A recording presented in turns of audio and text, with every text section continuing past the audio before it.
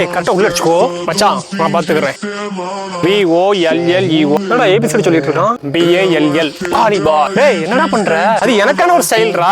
ஸ்டைலா? டேய் வாலிபால் பத்தி உனக்கு தெரியுமா தெரியாதடா? வாலிபால் பத்தி எல்லாமே எனக்கு தெரியும்டா. கேளு, எல்லாமே தெரியுமா? சரி வாலிபால் பத்தி ஏதாவது சொல்லு. டேய் சர்வீஸ் வரதுல அது ஃபர்ஸ்ட் டச்ல நெட்டை தாண்டி போடணும். ஓ ஃபர்ஸ்ட் டச் டைரக்டா அந்த சைடு குத்தி விட்டுறணும்.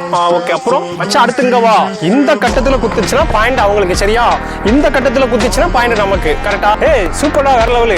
அடுத்து வா ஸ்பிங்கரை பார்த்தா டேய் போதும்டா, போதுமா? அப்புறம் என்னடா வாலிபால் பத்தி பேசினா ஏபிசிடி சொல்லிட்டு இருக்க. அடுத்து இப்ப பார்த்தா சின்ன பிள்ளைத்தனமா ரூல்ஸை சொல்லிட்டு இருக்க. அப்ப எப்படிடா இதாண்டா ரூல்ஸ்? அது இது ஓ அப்ப மத்தது எது?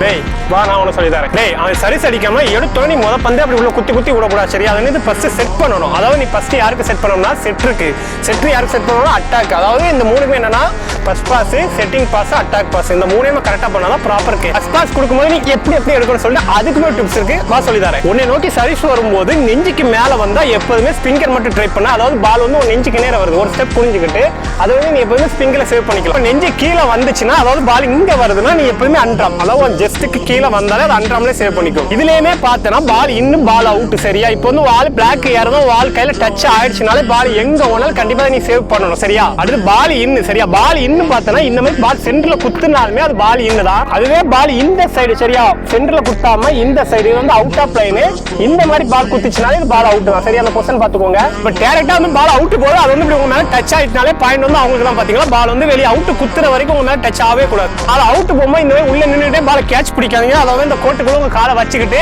பால் வெளியே குத்துறதுக்கு முன்னாடி இப்படி கேட்ச் பிடிச்சிங்கனாலுமே பாயிண்ட் அவங்களுக்கு தான். பால் வெளியே போய் கேட்ச் பிடிச்சி அவுட்னு சொல்லிட்டு வெளியே பிடிப்பாங்க. இந்த மாதிரி பிடிக்காதீங்க. பால் அவுட் போய் நினைச்சீங்கன்னா இந்த மாதிரி நின்று பால் பாருங்க. கீழே பந்து அவுட் ஆனதுக்கு அப்புறம் நீங்க ஓடி போய் பாலை எடுத்துக்கங்க.